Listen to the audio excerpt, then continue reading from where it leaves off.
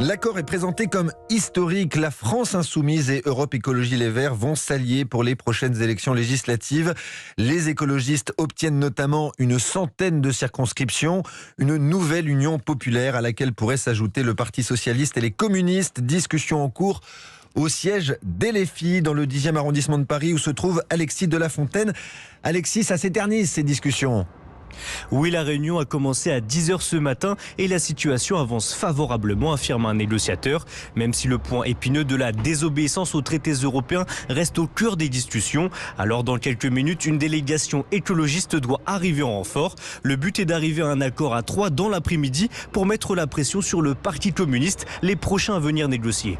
Et le Parti Socialiste a beaucoup à jouer dans cette négociation. Il y a un enjeu financier énorme. Le PS ne sera pas remboursé de ses frais de campagne après les 1,78% d'Anne Hidalgo au premier tour de la présidentielle.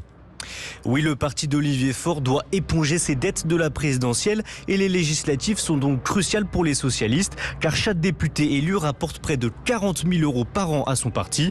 Comprenez donc que la répartition des sièges dans cet accord entre les Verts, les communistes, les Insoumis et les socialistes est avant tout un gros enjeu financier.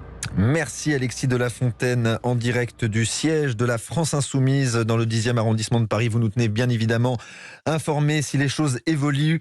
Nous sommes à quelques millimètres de nous entendre, disait hier Jean-Luc Mélenchon avant le départ de la manifestation du 1er mai à Paris. À l'arrivée, à la fin du rassemblement, le leader insoumis s'était fait remarquer sur autre chose, un tweet sur les violences qui ont émaillé la manifestation. Jean-Luc Mélenchon dénonce des violences parasites mais affirme aussi que le préfet de police savait, je cite, et qu'il a été incapable de garantir le droit de manifester.